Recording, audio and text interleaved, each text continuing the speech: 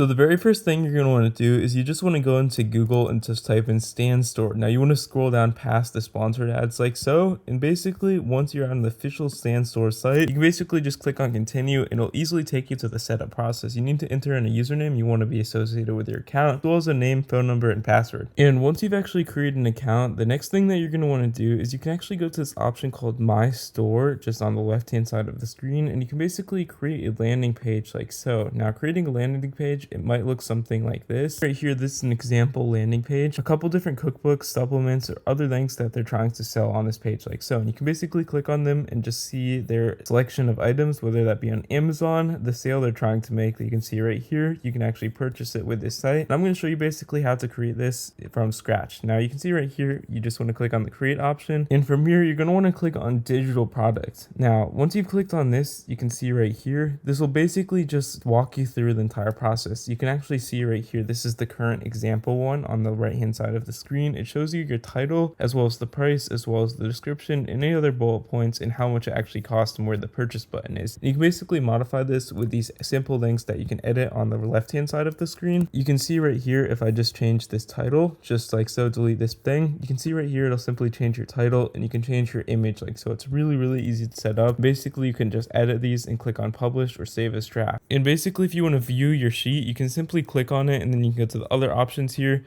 click on advanced, and you can see your URL of your store right here. And basically, if we just go to a new tab and open it like so, you can see right here, this right here is my example one that I've just created. You can always add more images or change anything you'd like. If you found this helpful, leave a like and subscribe down below, and happy creating.